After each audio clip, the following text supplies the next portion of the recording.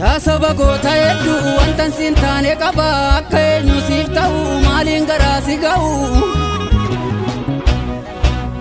biyya abbaa koo faadha koo hin teenye ammamna koo hin cisne cinaachi koo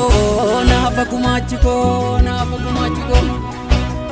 maaliin garaa si ga'u akka laggasaa wagii du'ee siif wareegamu akka nadhii gammada as buutee siif dhabamu akka maammoo mazammir guyyaa siif fannifamu akka eebbisaa addunyaa lafarraa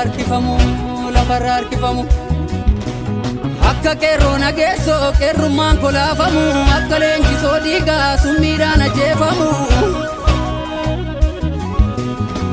akka bakkar waaree miila tokko siif laaddu akka ji'a damsaaddoo waraqaachiitti nyaaddu akka babaa biqilaa miila koo duwwaa fiigu akka badhoo dachaasaa gurmuu diinotaa diigu akka bishee garbaa mormaa gadawwaalamu akka garii tulluu qawweensiif dadhabamu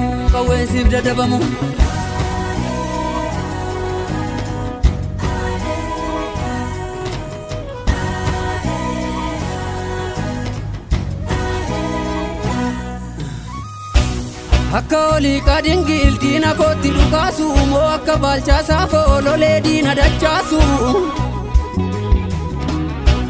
akka gararsuu dhukkii ka'ee baandaa mancaasu akka gabayyoo gurmuu diina allaatti nyaachisu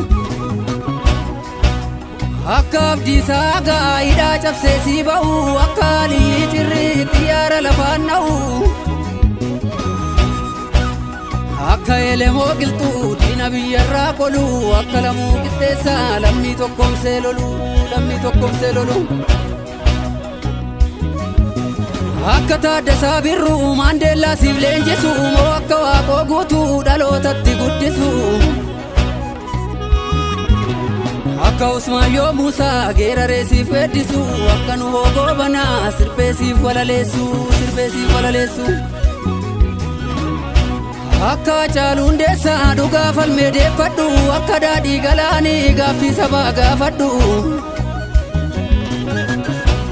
akka Yoosef gammachuu sirbaan kuukaa baafadhu akka maaramee harkaa dhugaa sabaaf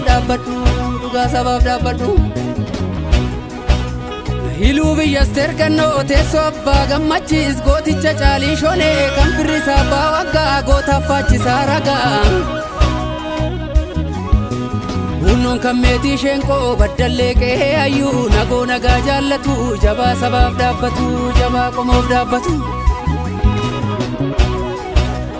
akka gaaxiin xanoo aadaa badde deeffadhu moo akka abbaa jifaar malaan diina injifadhu akka jaatanii alii sabaaf furmaata laadhu akka ijoollee warqituu cimtu qeerroo hammadhu